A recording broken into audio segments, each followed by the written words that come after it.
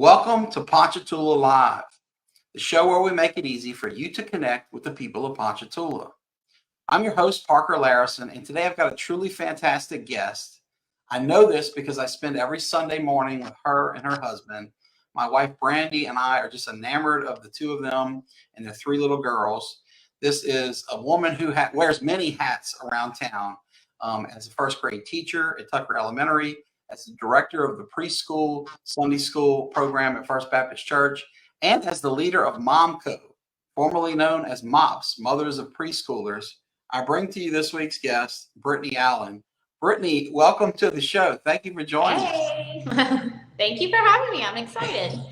I've been really excited about this. This may be the one episode all year that Brandy watches, and it will be because you're on here, not because of me. Yeah. But, we're going to get into stuff we talked about in the intro, such as MomCo and all that you do from the schools to the churches of our community. But before we get to that, why don't we open things up with you just telling us a little bit about yourself? Okay. Well, I am from New Orleans, actually born in Georgia, but raised in New Orleans. My dad attended the seminary down at New Orleans Baptist Theological Seminary. And that is actually where I met my husband. So all those years passed of growing up, being a teenager, graduating high school, went off to college to University of Mobile, came back to the seminary, started working there, and met my husband. And of course, your husband is Brett Allen, right? Yes, Brett Allen. Yeah. Mm-hmm. Please continue. Yeah, and we have three beautiful little girls. Kaylee, who is 8, Millie, who is 6, and Dottie, who is almost 4. So our household is loud and busy and just a lot of fun. So. Well, we are very happy to be raising an 8-year-old and a 6-year-old. We stopped following you after 2, but it's really neat to have kids the same age and be in the same church and watch them all play together and grow up together. And it's special for me because you mentioned your husband Brett that you met while you both worked at the seminary. Yes. I actually coached him in basketball decades ago. He was such a great kid, one of the few players that listened to everything that we coaches told him and was kind of in the right place at the right time. And it's cool when you see, because I lost touch with him for at least 20 plus years. Right. So it's neat to see that he's kind of still in the right place at the right time with a great wife and 3 beautiful girls. And, we used to live about a block from you guys, y'all on 9th and us on 8th. And it's fun to watch your family grow. So you mentioned your dad, attending the seminary, working at the seminary. Clearly you're a PK, a preacher's kid. Yes, I am. Tell us a little bit what that's like growing up between Georgia and New Orleans, wherever you've been, as the daughter of a pastor and preacher. Yeah. Well, it's been like an interesting ride. My dad definitely started in the ministry of just feeling this call that he had at such a young age and just almost ran from it for a while. He didn't want to, he just was wrestling with it. And then one day the Lord just really shook him and he knew that if he was going to truly surrender and truly be able to pastor and to love on people, that we had to leave what we knew, leave everything, and come to New Orleans to really just start ministry and for him to truly focus. And I'm so thankful for him for doing that because I truly believe I am who I am today because we moved to New Orleans. I feel like New Orleans was a good choice for us, and I'm glad my dad chose that. And not saying we are perfect, me and my brother. PKs, they do have the first two kids since Jesus, right? I mean, nobody's perfect, so yeah. And so yeah, it's been a good ride, and it's been fun. Well, it's nice to hear about New Orleans from a wholesome perspective. I mean, I love that city. I lived there for many years. I went to college there. My older brother moved there as soon as he graduated from LSU, and he's still there now, 40 or so years later. But unfortunately, it's a city that's got a reputation for debauchery. And, when it's in the news, it's typically for a crime report or, people flashing, their skin at Mardi Gras or whatnot. And I think a lot of people don't realize the Baptist Theological, Seminary is there. And there are these families, both those that are there on a temporary basis, like my pal Chris Broadwater, who went there and then went on to become an attorney and joined me in law school. The folks like your family that are there for the long haul, working there. And it's really neat. So tell me this, obviously, your mom, y'all, your brother, y'all follow your father on this journey. Yeah. What was it like growing up in that house with a brother, your mom? Tell us a little bit, if you don't mind, about, all of your family, because I've really enjoyed getting to know your parents when they visit you. And they've joined our Sunday school class. Delighted to see that you moved here full time and joined our community. But if you would, just tell us what they were like when you were coming up. We definitely had a fun household. I loved growing up with my brother. Still talk to him. We try to stay consistent. He's in Virginia with his family, but growing up, they just made it fun. There was always love in the house. My parents never shied away from showing affection.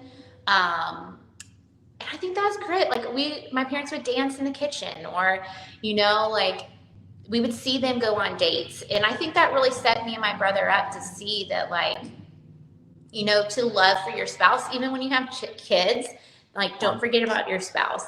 And there were arguments and there were sad times, and, my mom is a breast cancer survivor now. And so there was those days. Mine too. That's tough. Yeah. Really, there was those days of of uncertainty and, figuring out that. But overall, I just look back on my childhood and I'm thankful for where the Lord brought my parents. Right. To where they were, so they could, almost get rid of their past, learn from their past, and okay, how are we going to be different with our kids? How can we help push them to be successful?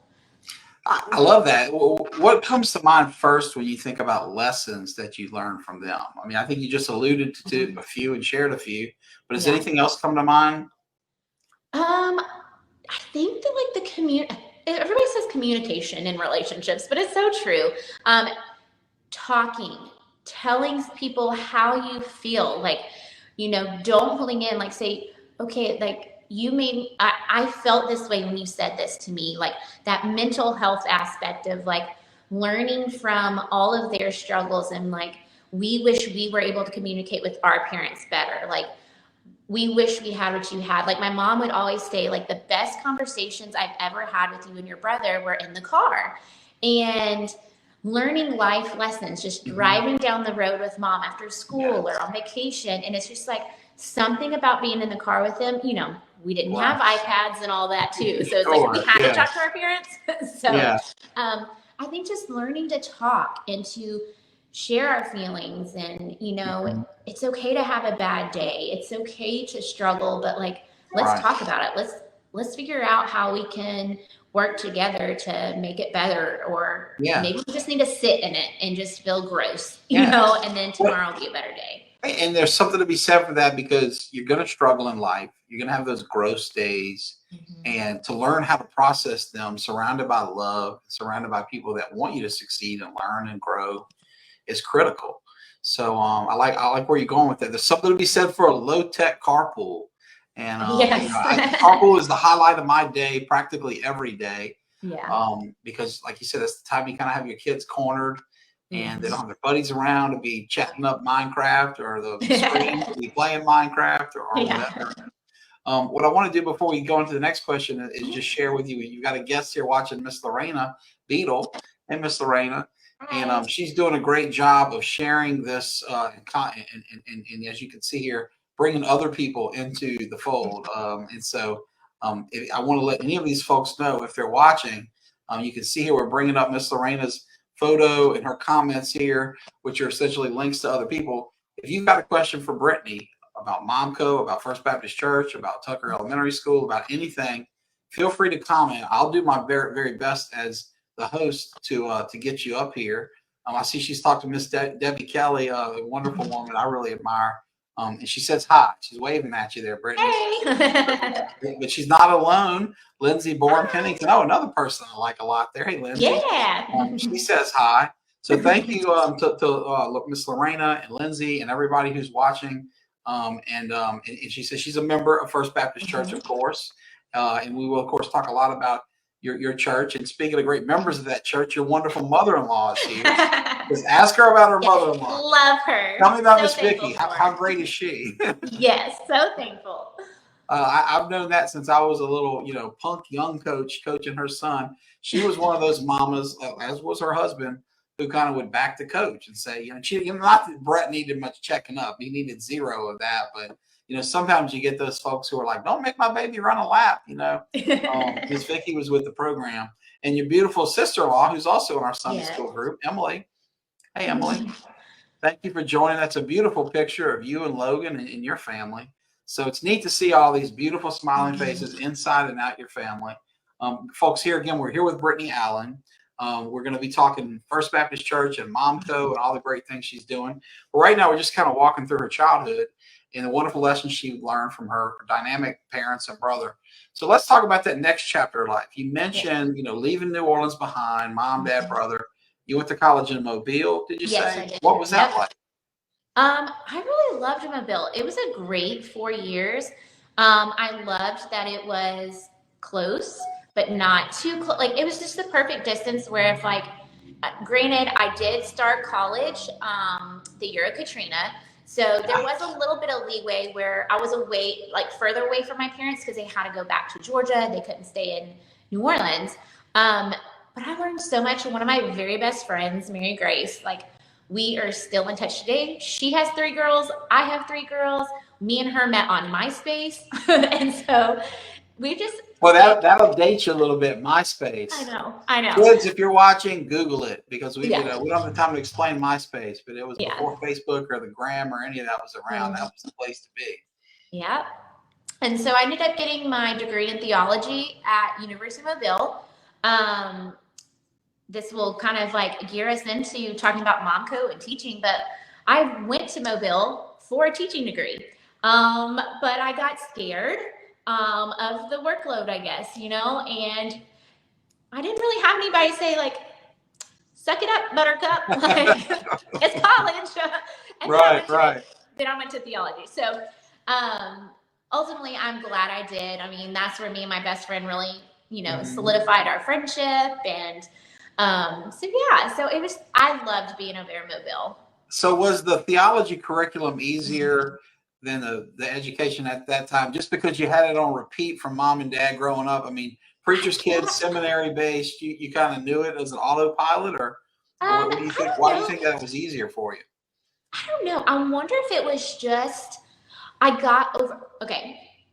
knew God was calling me to teaching. I knew that. And I think I got fearful of the call, maybe.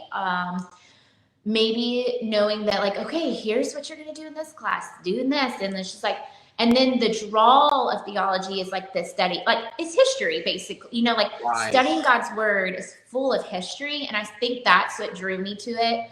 And knowing that okay, well, if I'm not going to be a teacher, then I'll just go work in a church. So there we go. I'll just work in kids ministry and we'll work it out that way. So, but God does funny things, because then he decided to literally throw me into the classroom, and the rest is history. And I'm so thankful for the opportunity to teach, and that the Lord just kind of veered me back into what he'd been calling me to my whole life. That's a really exciting story. Let me share a few other folks who have tuned in since then. We have Melissa Sanchez. Hey, Melissa, thank you for tuning in. And she says, Brittany, that she loves you and are blessed with everything you do. One of my favorite people at First Baptist Church, Miss Patricia Vicknair. She and her husband are such a huge resource for that church. And she says, here we have 2 Christians meeting. She loves seeing and hearing y'all talking.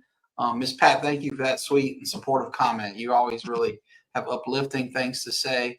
And I got to say, my little boy is so excited about the upcoming RA's camp out. Thanks to your husband, those little boys have such a great time out there at Rosaryville. And last year he caught 3 fish on 1 worm, and he can't wait to make it back out there with Mr. Robbie. So thank the two of you for tuning in, and to anyone else watching. Again, if you want to say hi, feel free to do so. So Brittany, let's get into your role now in the ministry and in MomCo. I'm gonna ask you a bit too about your career as an educator, because we'll learn that you did kind of come full circle and circle back to that. Yeah. But clearly, like your parents before you, you've got this calling on your heart to serve, and you've chosen to serve the church by becoming the director of the preschool program, and also stepping up to lead MomCo to kind of corral the moms, as well as the students. So how did that come to be? Where did you feel that calling, and how did you get from there to here?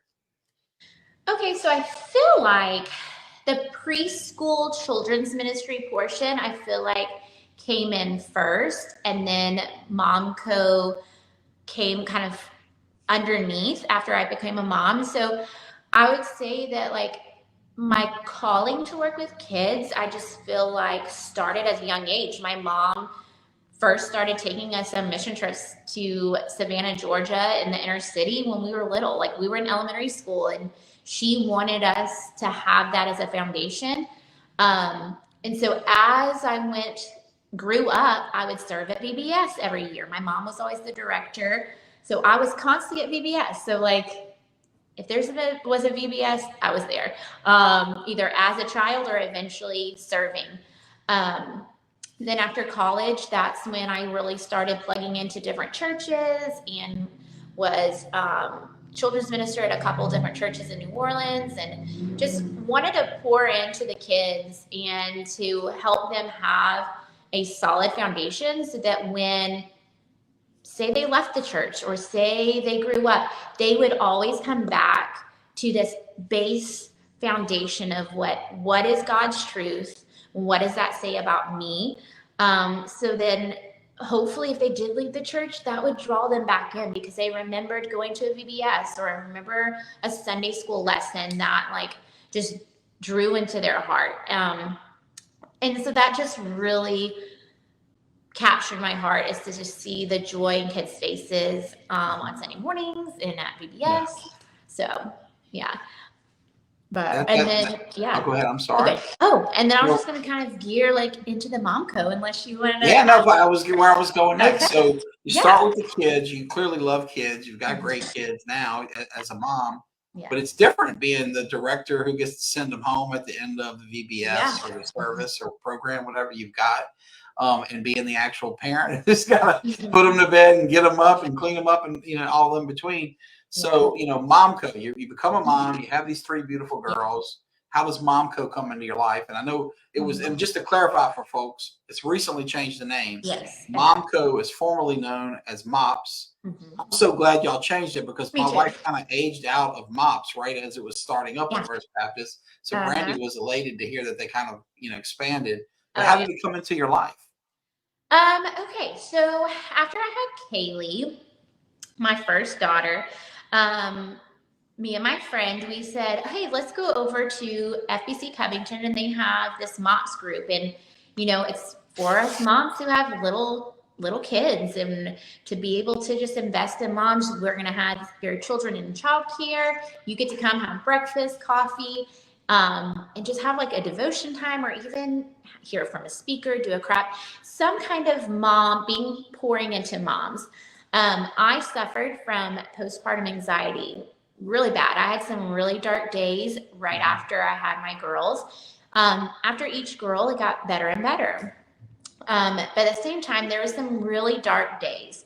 And the Lord just started putting on my heart just this heart for moms, especially as I would see a little bit of light. I'd come out of the anxiety a little bit and see a little bit of light in tunnel. And I was sitting with a friend at one of the MOPS meetings, and I was sharing my story with her, and she was like, wait a second, that like postpartum anxiety is real? You mean I'm not crazy? I was like, no, you're not. Like, that is a real thing. And that's when like the light bulb went off, and I'm like, all right, Lord, like I've got to do something with this. And so we moved up here to Ponchatoula in 2020. And I just was like, we need a MOPS We need moms, MomCo. We need one in our area. Because I was like, it's hard for moms to drive 30 minutes to Covington. That's the closest one. Having littles, it's hard to pack them up. And, if you're donating breakfast that day or, My house is literally 4 blocks from my kid's school, and it's hard yeah, getting to St. Joseph some yeah, days. So I can relate, and yeah. I've only got 2. Let me go, if you don't mind, I want to pause and go back to that mom, because I think that's profound when you mention, and thank you, first of all, for sharing your postpartum depression with us, because it is one of these things that is not really well understood in our community, Yeah. but it's incredibly common. Mm-hmm. And so there's that mom sitting with that alone, just thinking that what's going on? Is this, like you said, is it even real or not? Yeah. Yeah. If you don't mind, Mm-hmm. let's educate our listeners, our viewers, anybody out there that this show or podcast might reach, Yeah. because I think, unfortunately, it's not well known, and it's Right. very real. And I cannot imagine how terrifying or terrible it is. But you could share that. Would you mind sharing with folks kind of what that is, and maybe warning signs to look for, and where they can go, MOPS and beyond, to get help, because it's really important cause. Of course. So there's postpartum anxiety and postpartum depression. I feel like you almost hear about the postpartum depression more often. You don't hear about the anxiety aspect. When it comes to postpartum anxiety, it can manifest in 2 different ways. Some moms have the anxiety of something's going to happen to my baby. What's wrong with my, I'm so worried about the baby. Don't touch my baby. I'm going to drop the baby. So all baby centered. There's other side of postpartum anxiety when it's you and your mental health. So it's more than just the blues, because every mom has a little bit of the baby blues in the beginning, but it's when those baby blues continue and you see, it's just, you feel like you're in darkness. You're scared of everything. Things like you may think, okay, well, what's this pain? Why am I having this pain? What is this pain? And your wheels turn. So it's to the point of when you're in that anxious state of you can't stop the wheels turning. And so it's like, you don't know how to stop it. You just spiral out of control, it sounds like. Yeah. And so it's definitely, it's like, check on your new mamas. We all can put on our smile. We'll all post pictures of our new baby and, show you all the good and happy things. But, at the end of the day, especially at nighttime, check on those mamas. Send them a little message. Let them know you're praying for them, thinking about them. If you have the means, send them a coffee. Send them a little, send them Venmo or something, just to let them know that, like, they're not forgotten. They don't have to be scared, that, like, it's a real thing. And that's the thing too, is like, we have to support these mamas, and so that they know that, like, it's real and it's okay. Like, if you want me to just come sit with you until you're okay, I can. If you want to talk about it, we can. Definitely, like, reach out to a friend that you trust and that you can share your heart with. Reach out to your doctor, either your primary care doctor or your OBGYN. If you have a church family, if you have a faith base, reach out to them. Reach out to somebody and let them know, hey, I'm not okay, like, and I'm scared and I need help. So. Well, that's great advice, and thank you for sharing that, and thank you for allowing me to derail your interview here. But I just think that's such a great public service you can provide. And it sounds like to the rest of us that haven't been through it, like Britney, couldn't understand it, we can acknowledge it, that person, acknowledge the reality of that anxiety or depression. And like you said, just support them. Think of them. Something as simple as a cup of coffee can go a long way. That's really helpful, and I appreciate that. We've had a few more wonderful people chime in. Miss Cheryl McLaughlin. Hey, Miss Cheryl. Thank you. She says she's enjoying the broadcast, and she's so proud of you, Britney, and your family. We appreciate you sharing that, Miss Cheryl. My old pal, my law school buddy, Brett Duncan, who's our school board president, is chiming in here to say that teaching is both a profession and a ministry. He loves hearing stories of our parish's great educators. We're so blessed as a community to have so many educators that answer God's call to impact our kids in this way. And he thanks you, Brittany, for answering that call. And what's the old saying, Brett? It takes one to know one. I would thank you as a dad with kids in the community for you stepping up. I know it's probably cost you hundreds of thousands of dollars, that you could have made more in your law practice if you weren't serving our community to work on the school board. But you've done that, and I appreciate it. And Brittany's done that too, and I appreciate it. Brittany, let's talk now about your career choice to circle back to education. Yeah. Because you're now teaching in the first grade at Tucker, one of my favorite schools ever. My dear friend and colleague, Danny Williams, was the principal there once upon a time. And anyway, it's a great place to be, a Tucker Gator, right? Yes. Tell us that story. How did you become a Tucker Gator, and how's it going? Well, it's a crazy story. It's definitely a blessing. It's definitely a God thing. So like I said, I taught third grade. So before I had my girls, I was teaching, and then the Lord made it possible that I could stay home with all my girls. And we were getting to the point where I'm like, okay, our youngest is about to go to preschool. And this year I was like, I think I want to sub. I want to get back into the schools. I want to see if this is something that the Lord still, could be has for me. Because I know my main calling now is a mom, but I miss teaching. I know it's a hard profession to be in right now, and a lot of people are leaving, but I was joking with my mother-in-law and my sister-in-law. I was like, all right, everybody's leaving, and here I come back in. Hey guys, let's go. And so I subbed at a couple of schools in the parish, and just kind of filling out, seeing what school that I felt like I meshed with and liked the culture of it. And I told Brett, I was like, I think I'm gonna just put a portfolio together, and I'm just gonna give it to Miss Jackson.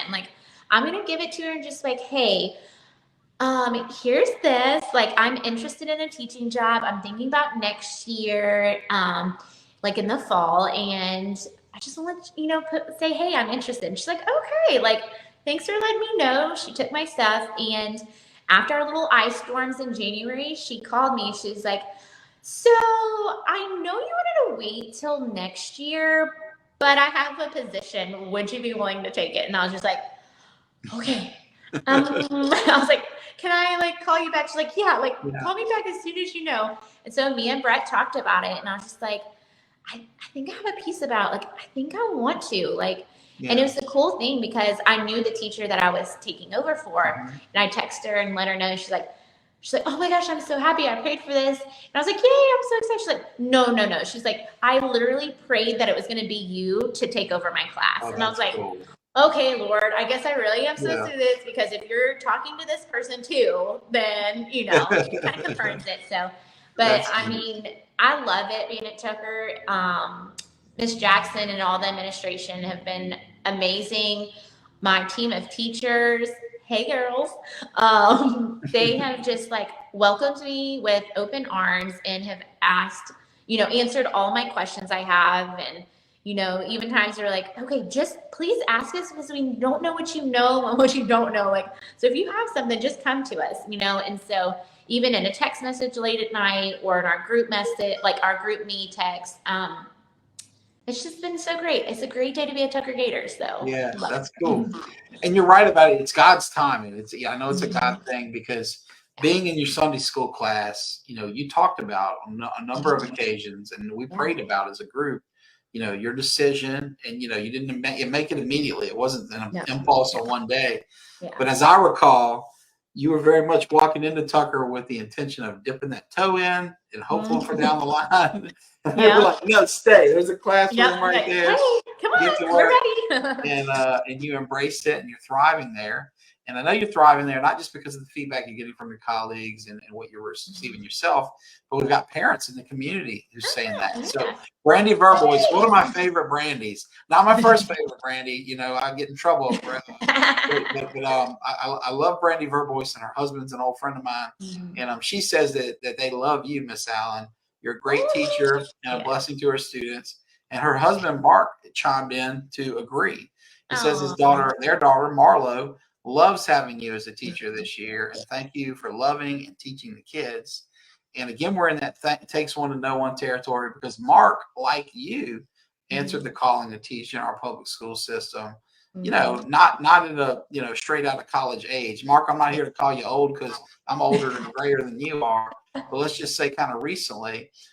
Mark's a dear lifelong friend of mine, and he's actually the guest host of this show. If I'd have known that you were teaching this kid, I probably should have stepped aside and let him step up. But like you, he's now so busy with curriculums and all that he has less time to do it. But it's how does that make you feel to see, parents of your students giving you that kind of feedback?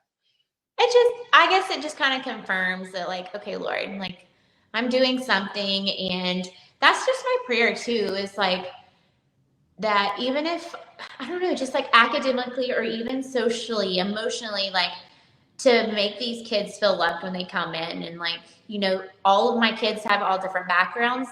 Some are faith-based, some I don't know. Some, I don't know where they come from. And it's just to know that, like, a good morning to them and a hug, like, hopefully that will make a difference in their day. And it's just encouraging to always get the feedback from parents when it's positive, because it's just like, okay, I got this. I can do another day. We got this.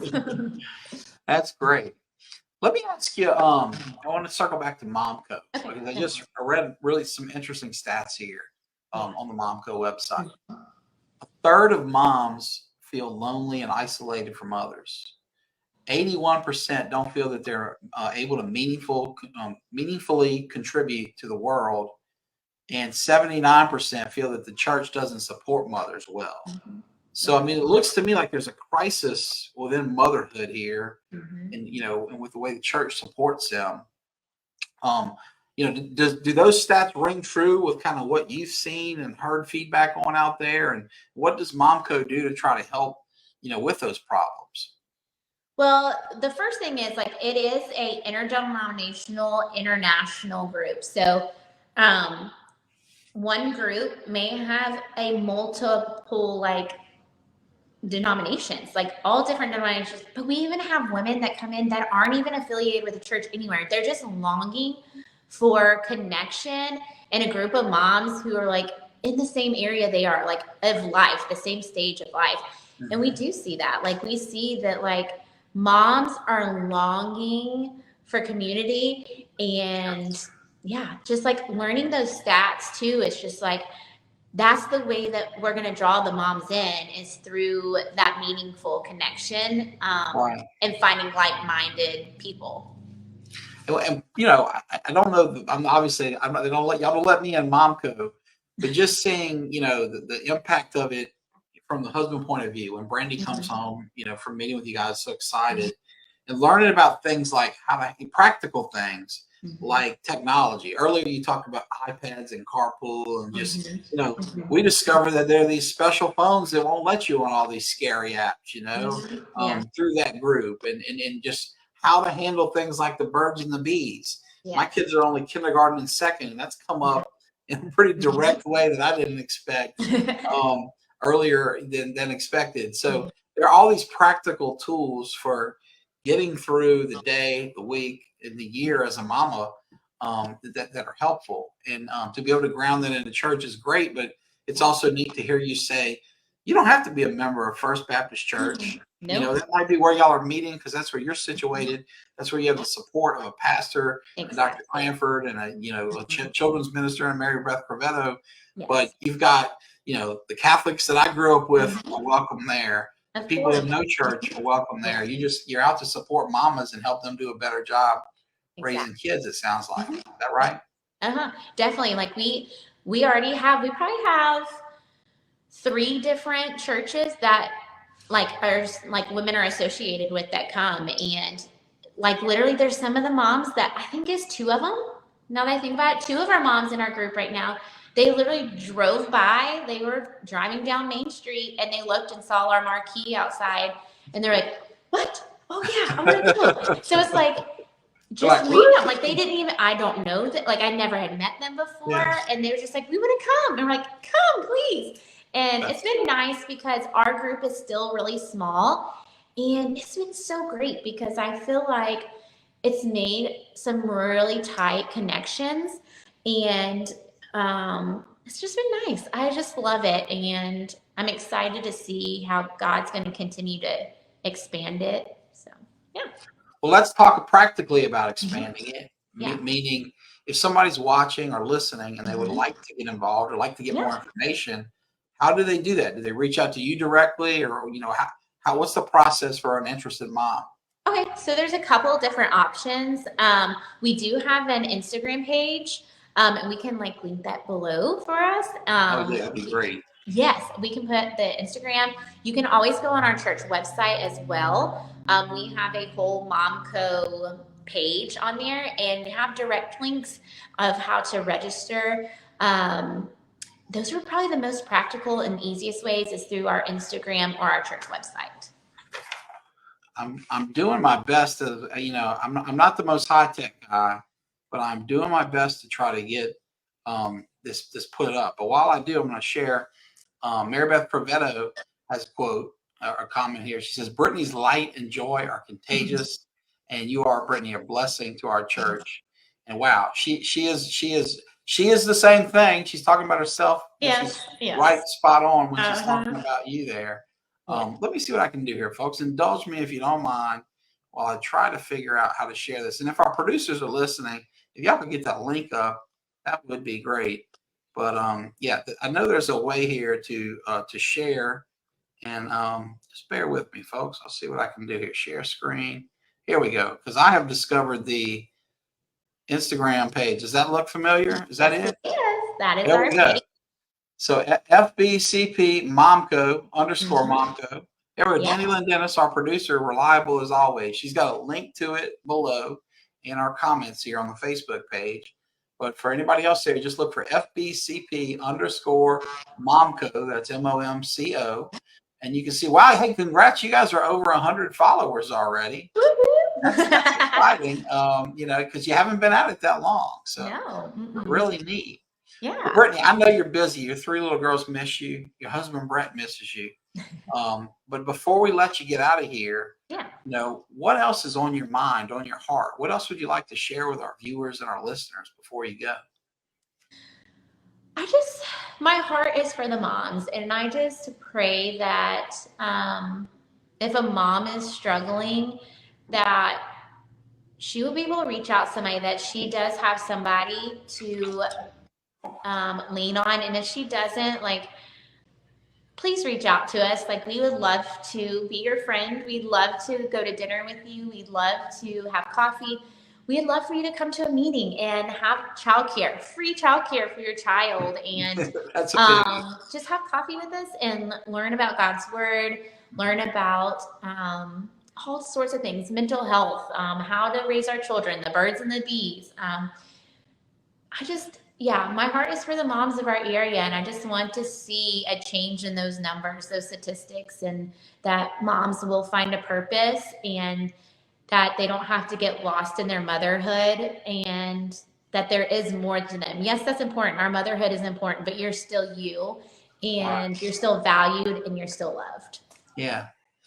It's a big part of you, but it's not all of you. And I think folks can lose sight of that. I want to thank you as a dad, as a husband, for including the mom in our house in your organization, because it's made a real impact on her and her life and on us and our family. So thank you. Thank you for sharing your time today so generously. Please thank Brett for me and the girls, because I know they're the ones really sharing here tonight. They're sharing their mom with everybody. The folks who are not live, know that, if you go to our Facebook page, all the comments we mentioned, including the link to MomCo's Instagram page, are down here in our comments. We will have this also be an audio podcast. So for anyone who likes podcasts, know that we are now already available on Spotify and Apple Podcasts. We're working on getting it up on Google Play. We'll be on YouTube soon. So, we'll make this available in more places. But I want to thank everybody who stayed with us here to the end. And the last comment, last but not least, a fellow minister, Brittany, Marshall Graves, says he couldn't watch the entire interview, but he's all for God and community outreach. And nobody's doing more for God and community outreach in our community than Marshall. He's out there doing it all the time. And we thank you, Marshall, for doing that. So to everybody, thank you for staying with us. To Brittany especially, thank you for your time. And we will be back next week. Y'all take care.